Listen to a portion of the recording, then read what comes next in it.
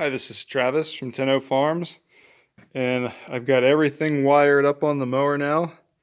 Replaced all the wiring in here.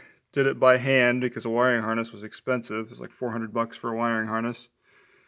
But so everything is now manually rewired. New starter, new alternator.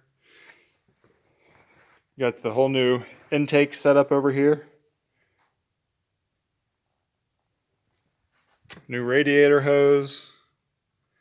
New overflow. I haven't mounted the overflow back on. All new hydraulic lines, which I showed those in another video, but I'm showing them again now.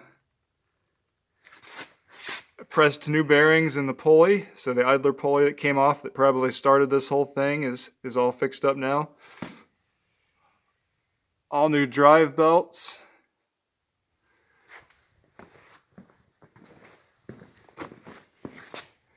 And a new deck belt on there too. So everything is replaced. The only thing I haven't done yet is get these two bolts out of the exhaust that broke off. My drill actually broke doing the second bolt here, and I can't find my bolt extractors. So I think it's just not meant to be to finish this tonight. But I went ahead and put the key in it, turned it on.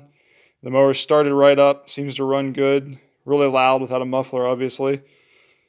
But yeah, it's coming along. I think as soon as I get those bolts out, I'll be able to cut some grass with this thing.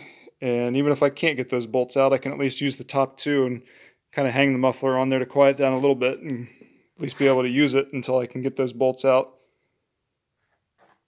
So I'm pretty excited about this. It's been a couple weeks of work and about $2,000 in parts. But everything is looking good now. Once I put it all back together and cut some grass, I'll show it in action. Thanks for watching.